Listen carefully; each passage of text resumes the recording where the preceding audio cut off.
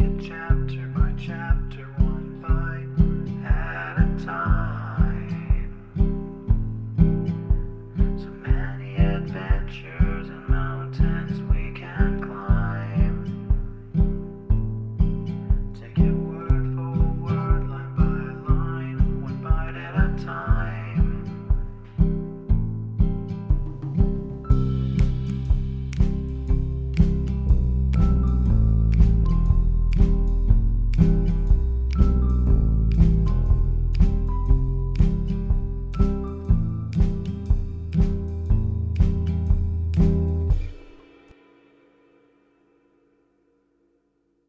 Welcome to Bite at a Time Books, where we read you your favorite classics one bite at a time. My name is Bree Carlile, and I love to read, and wanted to share my passion with listeners like you. If you want to know what's coming next and vote on upcoming books, sign up for our newsletter at biteatatimebooks.com. You'll also find our new t-shirts in the shop, including podcast shirts and quote shirts from your favorite classic novels. Be sure to follow my show on your favorite podcast platform so you get all the new episodes. You can find most of our links in the show notes. But also our website, biteatatimebooks.com, includes all of the links for our show, including to our Patreon to support the show, and YouTube, where we have special behind the narration of the episodes. We're part of the Bite at a Time Books Productions Network. If you'd also like to hear what inspired your favorite classic authors to write their novels, and what was going on in the world at the time, check out the Bite at a Time Books Behind the Story podcast, wherever you listen to podcasts. Please note, while we try to keep the text as close to the original as possible, some words have been changed to honor the marginalized communities who've identified the words as harmful, and to stay in alignment with Bite at a Time Books' brand values. Today we'll be continuing Les Miserables by Victor Hugo. Chapter 10. The Bishop in the Presence of an Unknown Light. At an epoch a little later than the date of the letter cited in the preceding pages, he did a thing which, if the whole town was to be believed, was even more hazardous than his trip across the mountains infested with bandits. In a country near D, a man lived quite alone. This man, we will state at once, was a former member of the convention. His name was G. Member of the convention G was mentioned with a sort of horror in the world of D. A member of the convention. Can you imagine such a thing? That existed from the time when people call each other thou, and when they said citizen. This man was almost a monster. He had not voted for the death of the king, but almost. He was a quasi-regicide. He had been a terrible man. How did it happen that such a man had not been brought before a provost's court on the return of the legitimate princes? They need not have cut off his head, if you please. Clemency must be exercised, agreed. But a good banishment for life. An example in short, etc. Besides, he was an atheist, like all the rest of those people. Gossip of the geese about the vulture. Was G a vulture after all? Yes, if he were to be judged by the element of Frosty in this solitude of his. As he had not voted for the death of the king, he had not been included in the decrees of exile, and had been able to remain in France. He dwelt at a distance of 3/4 of an hour from the city, far from any hamlet, far from any road, in some hidden turn of a very wild valley. No one knew exactly where. He had there, it was said, a sort of field, a hole, a lair. There were no neighbors, not even passers-by. Since he had dwelt in that valley, the path which led thither had disappeared under a growth of grass. The locality was spoken of as though it had been the dwelling of a hangman. Nevertheless, the bishop meditated on the subject, and from time to time he gazed at the horizon at a point where a clump of trees marked the valley of the former member of the convention, and he said, "There is a soul yonder which is lonely." And he added, deep in his own mind, "I owe him a visit." But let us avow it, this idea, which seemed natural at the first blush, appeared to him after a moment's reflection as strange, impossible, and almost repulsive. For at bottom he shared the general impression, and the old member of the convention inspired him, without his being clearly conscious of the fact himself, with that sentiment which borders on hate and which is so well expressed by the word estrangement. Still, should the scab of the sheep cause the shepherd to recoil? No, but what a sheep? The good bishop was perplexed. Sometimes he set out in that direction, then he returned. Finally, the rumor one day spread through the town that a sort of young shepherd who served the member of the convention in his hovel had come in quest of a doctor. That the old wretch was dying. That paralysis was gaining on him, and that he would not live overnight. Thank God, some added. The bishop took his staff, put on his cloak on account of his too threadbare cassock, as we have mentioned, and because of the evening breeze, which was sure to rise soon, and set out. The sun was setting, and had almost touched the horizon when the bishop arrived at the excommunicated spot. With a certain beating of the heart, he recognized the fact that he was near the lair. He strode over a ditch, leapt a hedge, made his way through a fence of dead boughs, entered a neglected paddock, took a few steps with a good deal of boldness, and suddenly, at the extremity of the wasteland, and behind lofty brambles, he caught sight of the cavern. It was a very low hut. Poor, small, and clean, with a vine nailed against the outside. Near the door, in an old wheelchair, the armchair of the peasants, there was a white-haired man smiling at the sun. Near the seated man stood a young boy, the shepherd lad. He was offering the old man a jar of milk. While the bishop was watching him, the old man spoke. "Thank you," he said. "I need nothing." And his smile quitted the son to rest upon the child. The bishop stepped forward. At the sound which he made in walking, the old man turned his head, and his face expressed the sum total of the surprise which a man can still feel after a long life. "This is the first time since I have been here," said he, "that anyone has entered here. Who are you, sir?" The bishop answered, "My name is Bienvenu Muriel." "Bienvenu Muriel? I have heard that name. Are you the man whom the people call Monseigneur Welcome?" "I am." The old man resumed with a half-smile. "In that case, you are my bishop?" "Something of that sort." "Enter, sir." The member of the convention extended his hand to the bishop, but the bishop did not take it. The bishop confined himself to the remark, "I am pleased to see that I have been misinformed. You certainly do not seem to me to be ill." "Monsieur," replied the old man, "I am going to recover." He paused and then said, "I shall die 3 hours hence." Then he continued, "I am something of a doctor. I know in what fashion the last hour draws on. Yesterday only my feet were cold. Today the chill has ascended to my knees. Now I feel it mounting to my waist. When it reaches the heart, I shall stop. The sun is beautiful, is it not? I had myself wheeled out here to take a last look at things. You can talk to me, it does not fatigue me. You've done well to come and look at a man who's on the point of death.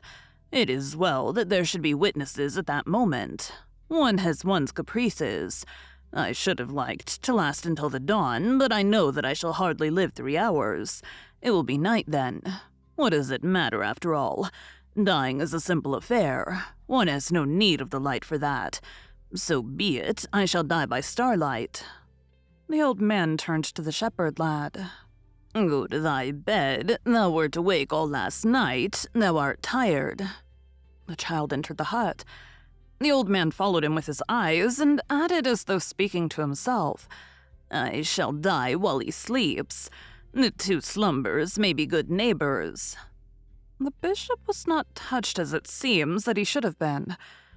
He did not think he discerned God in this manner of dying. Let us say the whole, for these petty contradictions of great hearts must be indicated like the rest. He, who on occasion was so fond of laughing at His Grace, was rather shocked at not being addressed as Monseigneur, and he was almost tempted to retort citizen. He was assailed by a fancy for peevish familiarity, common enough to doctors and priests, but which was not habitual with him. This man, after all, this member of the convention, this representative of the people, had been one of the powerful ones of the earth. For the first time in his life, probably, the bishop felt in a mood to be severe. Meanwhile, the member of the convention had been surveying him with a modest cordiality, in which one could have distinguished, Possibly that humility which is so fitting when one is on the verge of returning to dust. The bishop on his side, although he generally restrained his curiosity, which, in his opinion, bordered on a fault, could not refrain from examining the member of the convention with an attention which, as it did not have its course in sympathy, would have served his conscience as a matter of reproach, in connection with any other man. A member of the convention produced on him somewhat the effect of being outside the pale of the law, even of the law of charity. G. Calm, his body almost upright, his voice vibrating, was one of those octogenarians who form the subject of astonishment to the physiologist. The Revolution had many of these men, proportioned to the epoch. In this old man, one was conscious of a man put to the proof. Though so near to his end, he preserved all the gestures of health. In his clear glance, in his firm tone, in the robust movement of his shoulders, there was something calculated to disconcert death. Azrael, the Mohammedan angel of the sepulchre, would have turned back and thought that he had mistaken the door. G seemed to be dying because he willed it so. There was freedom in his agony. His legs alone were motionless. It was there that the shadows held him fast. His feet were cold and dead, but his head survived with all the power of life, and seemed full of light. G, at this solemn moment, resembled the king in that tale of the Orient, who was flesh above and marble below. There was a stone there. The bishop sat down. The exordium was abrupt. "I congratulate you," said he, in the tone which one uses for a reprimand. "You did not vote for the death of the king after all." The old member of the convention did not appear to notice the bitter meaning underlying the words "after all." He replied. The smile had quite disappeared from his face. "Do not congratulate me too much, sir. I did vote for the death of the tyrant." It was the tone of austerity answering the tone of severity. "What do you mean to say?" resumed the bishop. "I mean to say that man has a tyrant. Ignorance. I voted for the death of that tyrant. That tyrant engendered royalty, which is authority falsely understood, while science is authority rightly understood. Man should be governed only by science." "And conscience," added the bishop. "It is the same thing. Conscience is the quantity of innate science which we have within us." Monseigneur Bienvenu listened in some astonishment to this language, which was very new to him. The member of the convention resumed. "So far as Louis XVI was concerned, I said no. I did not think that I had the right to kill a man, but I felt it my duty to exterminate evil. I voted the end of the tyrant. That is to say, the end of prostitution for women, the end of slavery for men, the end of night for the child. In voting for the Republic, I voted for that. I voted for fraternity, concord, the dawn. I have aided in the overthrow of prejudices and errors. The crumbling away of prejudices and errors causes light. We have caused the fall of the old world, and the old world, that vase of miseries, has become, through its upsetting upon the human race, an urn of joy." "Mixed joy," said the bishop. "You may say troubled joy, and today, after that fatal return of the past, which is called 1814, joy which has disappeared. Alas, the work was incomplete, I admit. We demolished the ancient regime in deeds. We were not able to suppress it entirely in ideas. To destroy abuses is not sufficient. Customs must be modified. The mill is there no longer. The wind is still there." "You have demolished." "It may be of use to demolish, but I distrust a demolition complicated with wrath." "Right has its wrath, Bishop, and the wrath of right is an element of progress. In any case, and in spite of whatever may be said, the French Revolution is the most important step of the human race since the advent of Christ. Incomplete it may be, but sublime. It set free all the unknown social quantities. It softened spirits. It calmed, appeased, enlightened. It caused the waves of civilization to flow over the earth. It was a good thing the French Revolution is the consecration of humanity." The bishop could not refrain from murmuring, "Yes, 93.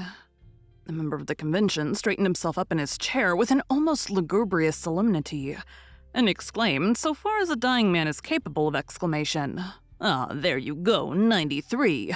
I was expecting that word.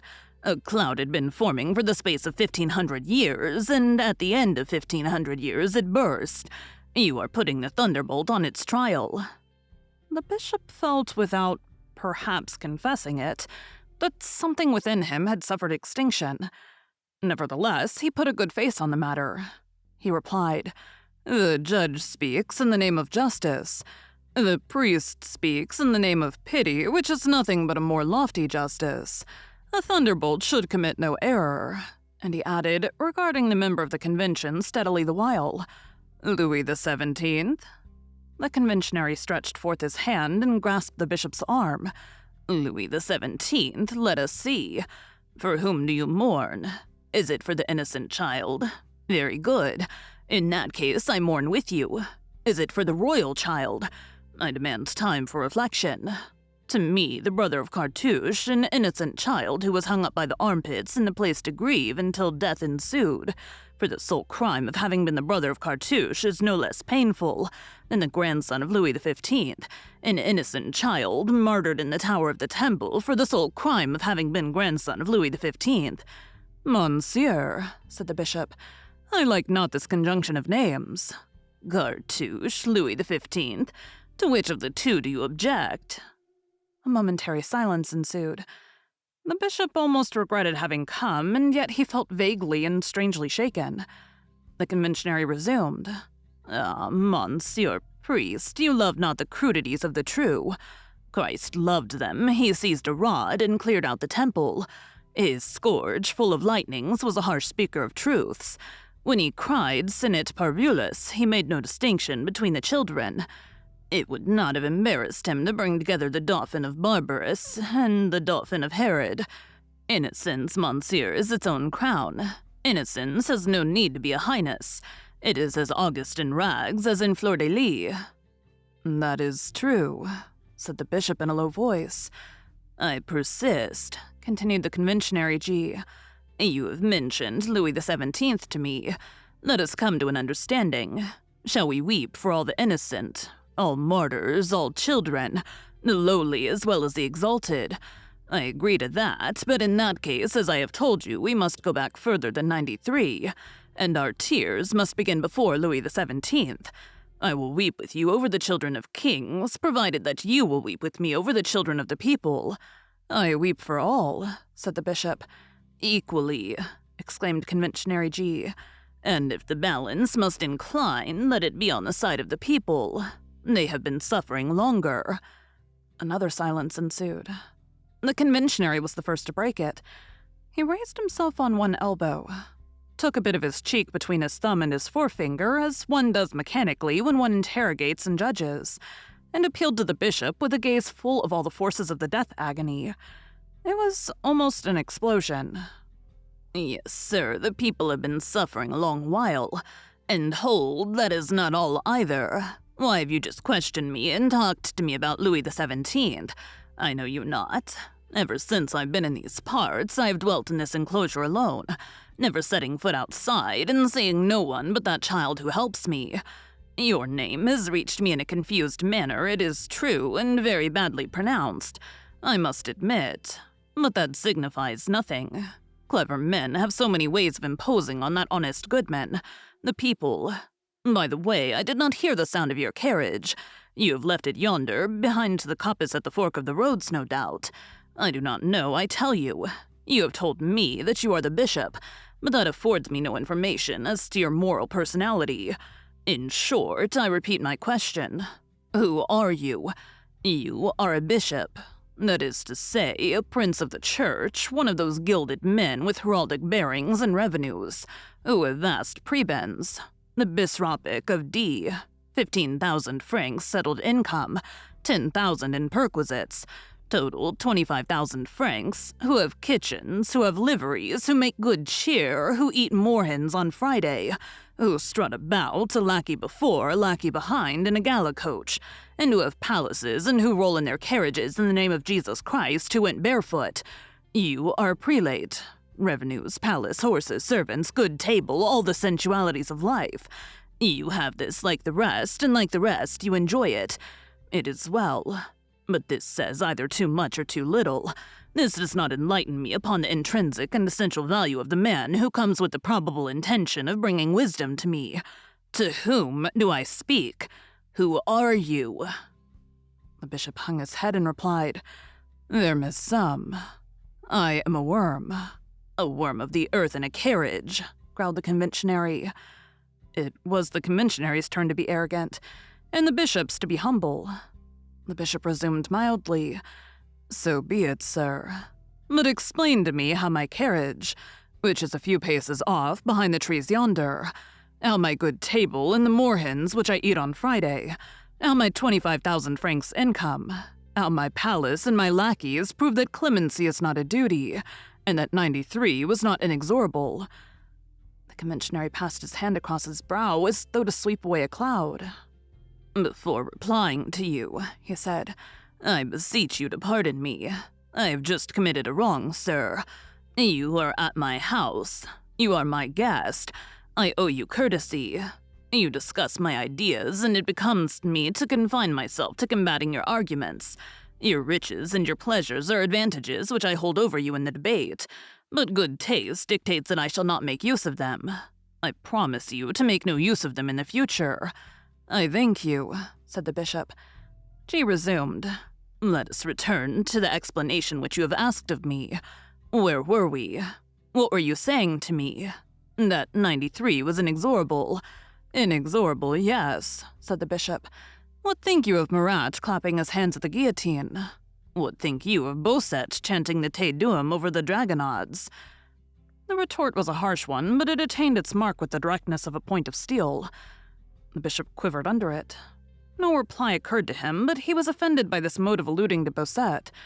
The best of minds will have their fetishes, and they sometimes feel vaguely wounded by the want of respective logic.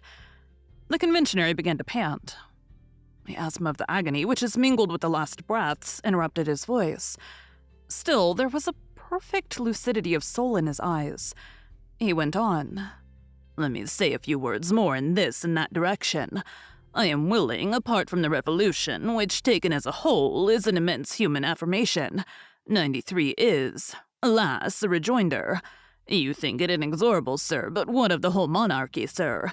Carrier is a bandit, but what name do you give to Montrevel? Fauquier Tainville is a rascal. But what is your opinion as to Le Mignon Beville? Mallard is terrible, but Saul Tavannes, if you please. Duchesne Senior is ferocious. But what epithet will you allow me for the elder Letellier? Jordan Cotet is a monster, but not so great a one as M. the Marquis de Louvois. Sir, I am sorry for Marie Antoinette, Archduchess and Queen, but I am also sorry for that poor Huguenot woman who in 1685, under Louis the Great, sir, while with a nursing infant was bound, naked to the waist, to a stake, and the child kept at a distance. Her breast swelled with milk, and her heart with anguish. The little one, hungry and pale, beheld that breast and cried and agonized.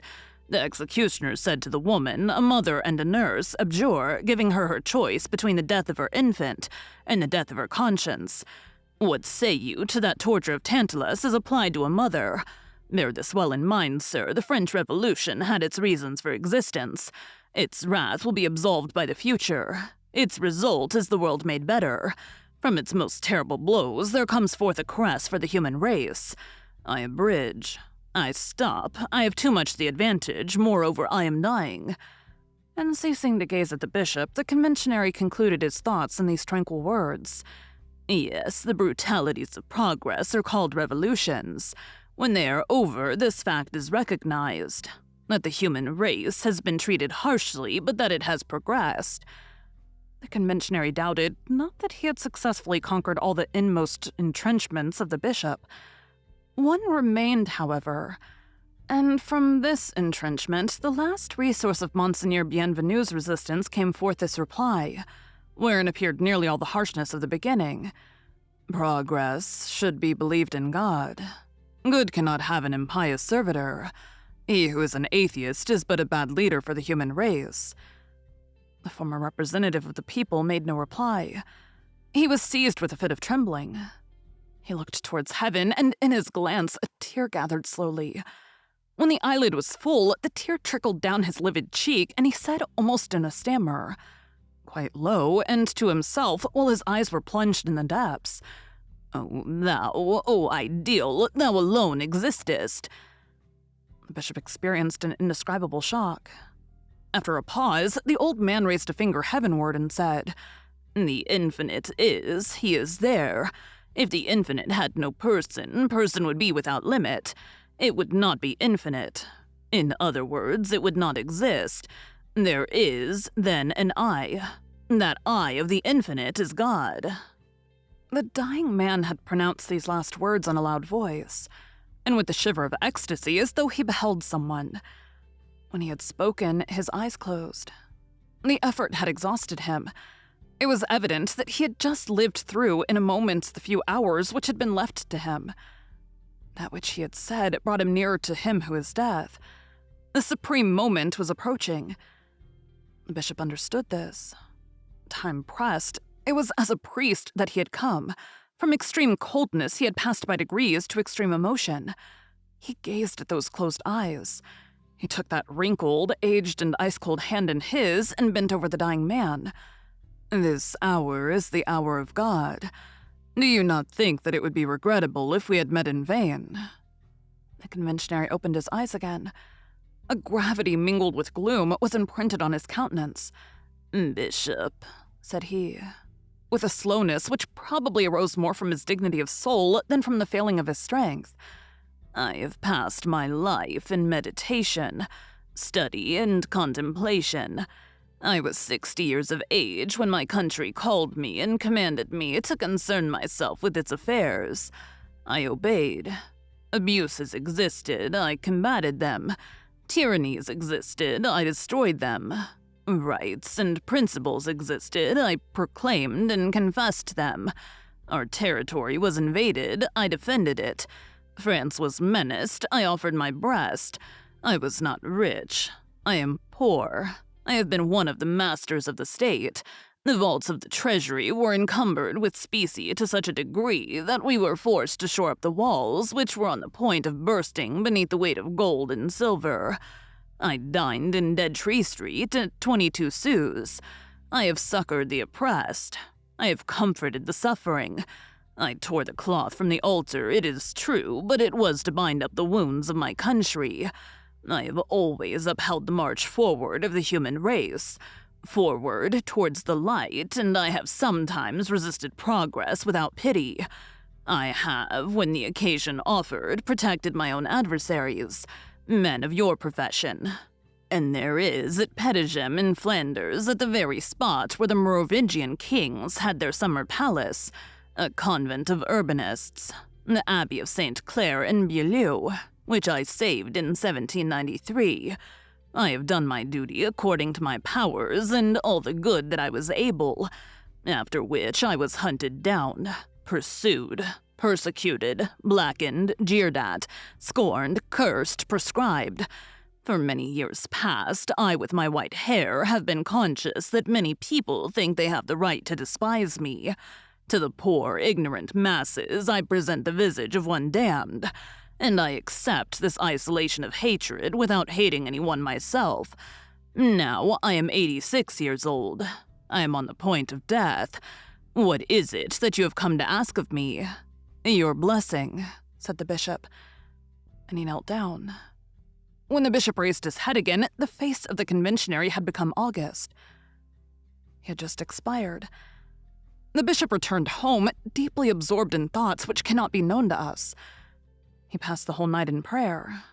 On the following morning, some bold and curious persons attempted to speak to him about the member of the Convention G. He contented himself with pointing heavenward. From that moment, he redoubled his tenderness and brotherly feeling towards all children and sufferers. Any allusion to that old wretch of a G caused him to fall into a singular preoccupation. No one could say that the passage of that soul before his, and the reflection of that grand conscience upon his, did not count for something in his approach to perfection. This pastoral visit naturally furnished an occasion for a murmur of comment in all the little local coteries. Was the bedside of such a dying man as that the proper place for a bishop? There was evidently no conversion to be expected. All those revolutionists are backsliders. Then why go there? What was there to be seen there? He must have been very curious indeed to see a soul carried off by the devil. One day, a dowager of the impertinent variety who thinks herself spiritual addressed this sally to him. "Monseigneur, people are inquiring when your greatness will receive the red cap." Oh, that's a coarse color," replied the bishop. "It is lucky that those who despise it in a cap revere it in a hat." Thank you for joining Bite at a Time Books today, while we read a bite of one of your favorite classics. Again, my name is Bree Carlile, and I hope you come back tomorrow for the next bite of Les Miserables. Don't forget to sign up for our newsletter at biteatatimebooks.com and check out the shop. You can check out the show notes or our website, biteatatimebooks.com, for the rest of the links for our show. We'd love to hear from you on social media as well.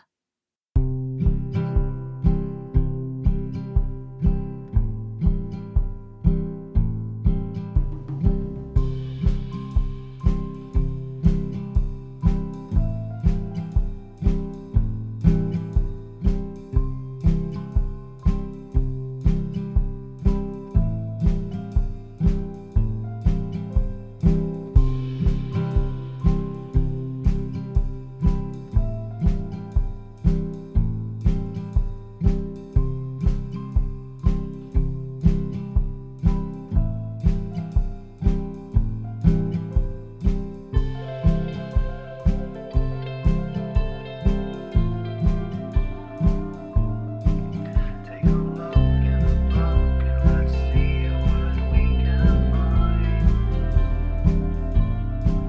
Take it chapter by chapter, one bite at a time. So many adventures and mountains we can climb. Take it word for word, line by line, one bite at a time.